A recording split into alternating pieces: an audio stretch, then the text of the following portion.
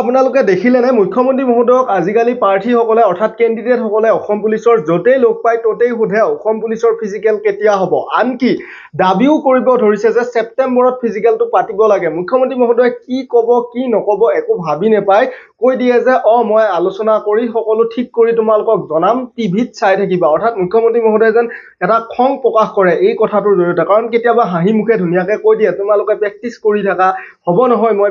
interview পাতিম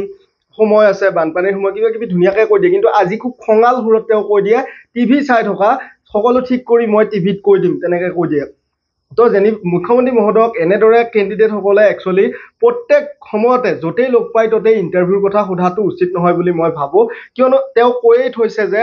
এই 2024 বৰ্ষতে নিযুক্তি প্ৰক্ৰিয়াৰ কাম সকলোখিনি শেষ কৰিব বুলি আপোনালোকে একমত নে কমেণ্ট কৰি জনাব আৰু ভিডিঅ'টি শ্বেয়াৰ কৰিব চেনেলটি ছাবস্ক্ৰাইব কৰি ল'ব ধন্যবাদ জয় আই অসম জয় হিন্দ